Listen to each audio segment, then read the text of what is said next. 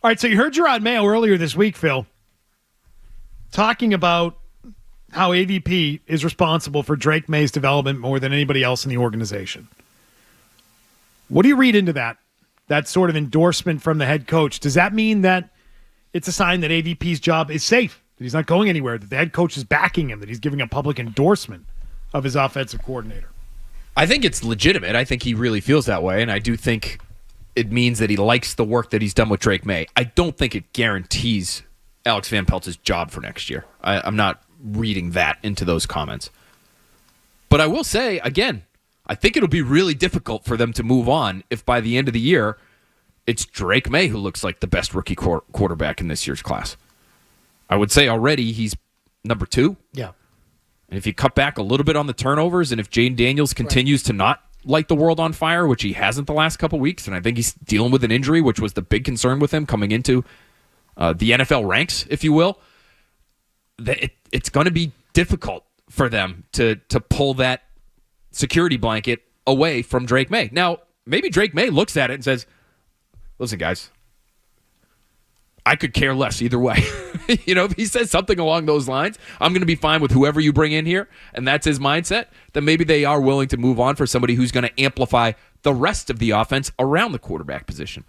But if it continues to track this way, it's not easy to find combinations that work. And if this one looks like it's working, I think it's hard to move off of it. I've talked to Drew about this too, and Drew had 5 coordinators our first 7 years together. And a lot of it was similar because we had the Ernie Zampese. Things got different with Ray Perkins because it was the Earhart offense. Charlie wasn't even an offensive coach yet. We had Dick Corey. Oh, my God, we had so many different guys. But then Drew became the man. It's sort of then it was his offense. See, Drake's not there yet. So that's where they need to be careful of trying to install something totally different or staying the same here in the offseason, but we're going to tweak it even more. Because you can mess a kid up. One thing that I would say, just talking to defensive coaches of recent opponents for the Patriots, is that they do view this offense and the style of offense that Van Pelt is clearly trying to run as quarterback friendly, right? They want to try to keep him in third and manageable. Yeah. They want to run the football. They run pass concepts that are relatively easy to read for a young quarterback. Right. Now, sometimes those become more difficult to read because either the receivers or the coaching the receivers are getting is leading to not a lot of great spacing. That has been a consistent issue for this Patriots offense over the course of this year. I think spacing is a massive issue for this team. And that could take a concept that should be easy to read and suddenly make it really hard. But the concepts themselves, if you're to look at them from a big picture standpoint, better than I ever could. Again, these are guys that are breaking the Patriots down for a full week preparing for a game. They look at it and say, I get what they're doing there. Because they have a young quarterback, they have a guy who didn't play in anything like this type of offense in college, and they're trying to make it easy on the kid. See, I like what you said there, because I do think, and the feel that I do get when I'm calling the games with him, and as it goes week to week, and I've talked to Bob about this too, he doesn't hang on to the ball, which tells me he's not going to 1, 2, 3, 4, like Caleb Williams. Oh, it's not there. I'm going to tuck it. I'm going to run. I think it's 1, 2, 3, and even off 2, if he doesn't like it, I think that's when he scoots, and then he's gone. So, but can you get to a point where maybe it's the receiver coach as to why the spacing is what it is? Maybe the offensive line coach isn't coaching up to protection, right? Maybe Van Pelt can stay and they make other changes. I don't know. But I think this thing will play itself out. You got a lot of football left. And if Drake's doing well, he ain't going anywhere, meaning Van Pelt. I would be shocked if he goes and Drake gets better week to week. And I think that's Beadle's biggest problem with it. Right. He could get better. May could get better. And the offensive scheme could still be stagnant. That's where you got to look at points of production and what's third down efficiency. Drives. What are your drive charts telling you? At some point, you got to turn this into wins. Correct. Not development. Correct. Right. It's not about the development anymore. You get to year 2, and it's like he's only got one win. You want this to result in yards. You want this to result in touchdowns. You want this to result in wins. Yeah. And the expectations a year from now will be a lot different than what they are right now. Right. And that's where you kind of end up saying, are you delaying the inevitable by just continuing on with Alex Van Pelt? You've got to kind of separate the two. It's a difficult question. You can give him the credit for developing the quarterback. Right. So he's done a good job with that, but he hasn't developed his scheme. Right. And he hasn't developed this into something that we think is going to win us games. But what if you're looking at it and you're saying the one really good player that he has on offense is playing well. If you give him other really good players on offense, does it look a lot better? It might.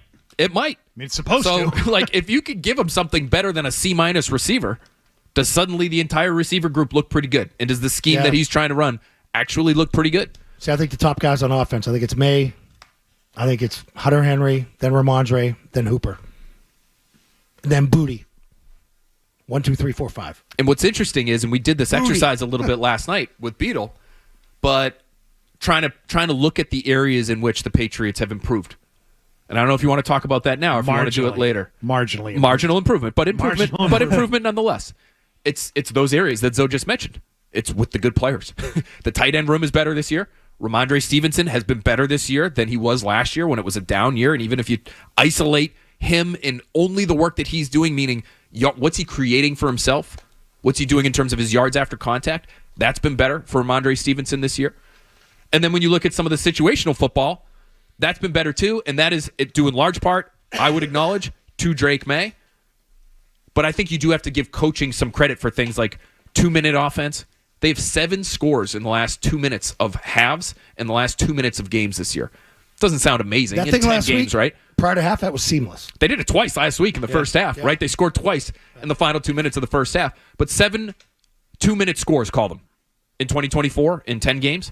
Last year, they had 3 all season. That's crazy.